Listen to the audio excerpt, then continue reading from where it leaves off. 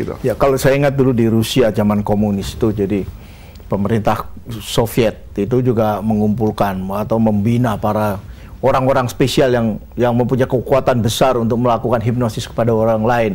Ya, tujuannya macam-macam, ada tujuan untuk mata-mata, untuk penyembuhan, tapi ada juga yang bertujuan untuk meningkatkan kemampuan orang dalam menimba ilmu pengetahuan. Nah, ini bagaimana ya?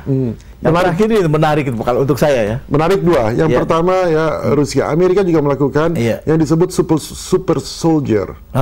Super soldier itu mereka pernah nonton film Manchurian Candidate. Diangkat telepon lalu mereka melakukan itu, CIA melakukan itu. Ya, bahkan untuk waktu orang-orang yang mau perang ke Vietnam itu ada seorang dokter namanya Greenbaum, dokter Greenbaum. Bagaimana mendidik seorang soldier dengan kemampuan hipnosisnya, dia bisa menghipnosis, memfokuskan perhatiannya ke seekor kambing, dan kambing itu livernya pecah. Ya, dan itu mereka punya kemampuan itu sehingga mereka disebut super soldier. Dan mereka punya batalion khusus atau pasukan khusus yang disebut Black Ops. Ya, mereka melakukan operasi-operasi rahasia, operasi-operasi militer rahasia dengan melakukan hal itu. Dan itu bisa mind control ya. You bisa cari informasinya banyak sekali di televisi. Tetapi yang kedua yang menarik, untuk meningkatkan memori kita, yang memory power. Jadi alangkah bagusnya kalau hipnosis itu dipakai untuk meningkatkan memori kita. Ya, untuk meningkatkan kecerdasan kita, untuk meningkatkan daya analisa kita. Itu kan jadi pisau mengasah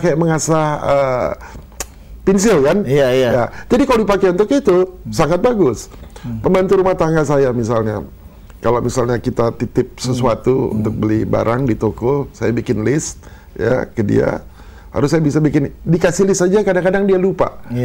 Tapi dengan dihipnosis, dia nggak perlu lagi pakai catatan, dia ingat. Dia bisa membaca buku, sekarang dia bisa ingat. Jadi kita memakai untuk memberdayakan orang. Sama juga dengan placebo. Kalau you misalnya makan rujak, you bilang kalau saya makan rujak, saya pasti sakit perut. Walaupun nggak dikasih sambal, you makan rujak, you pasti rasa sakit perut. Betul. Ya. Tapi sebaliknya bisa dirubah juga. You bilang tiap kali saya makan rujak, saya tambah sehat. You menjadi sehat. Sama dengan merokok. Kalau sekarang seorang dokter mengatakan,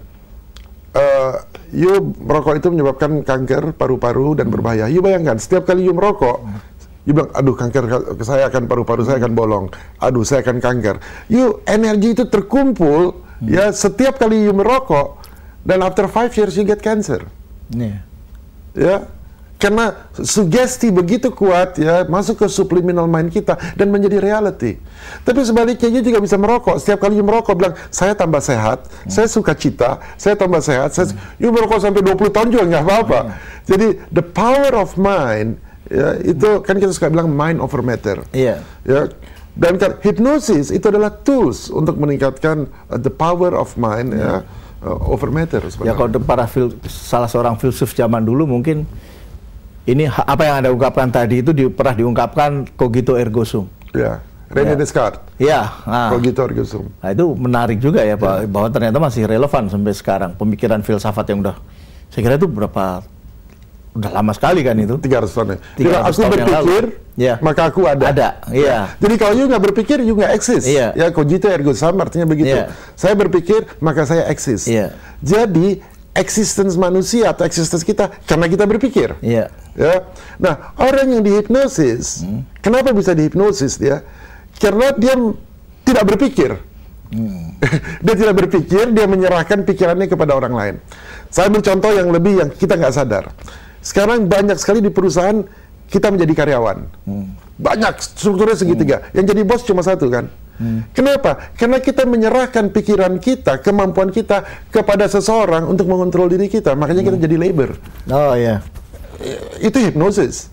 Ya, dan kita bilang, wah sudah nasib kita, memang level saya harus di sini, strukturnya memang triangular.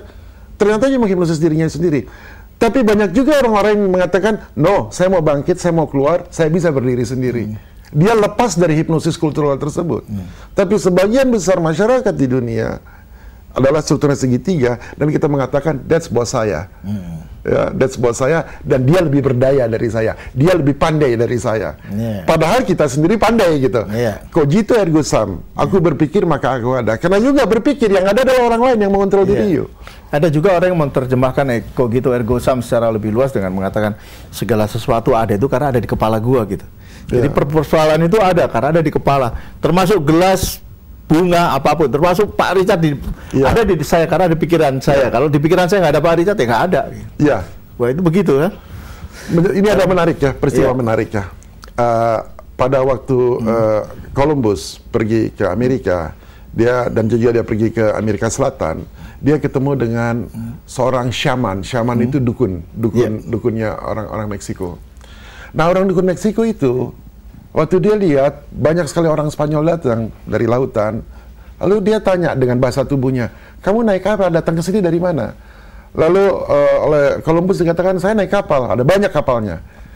Dia lihat, mana kapalnya? Dia nggak lihat tuh ada kapal. Karena di mind pattern dia nggak ada. Iya.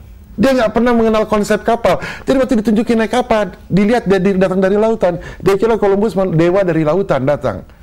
Dia nggak bisa lihat itu kapal, tidak eksis. Karena kesadarannya, mind pattern-nya tidak ada di situ. Iya. Oke, menarik sekali Pak Richard. Dan pemirsa dimanapun Anda berada, Anda jangan kemana-mana karena setelah pesan-pesan berikut kami akan kembali dengan contoh konkret.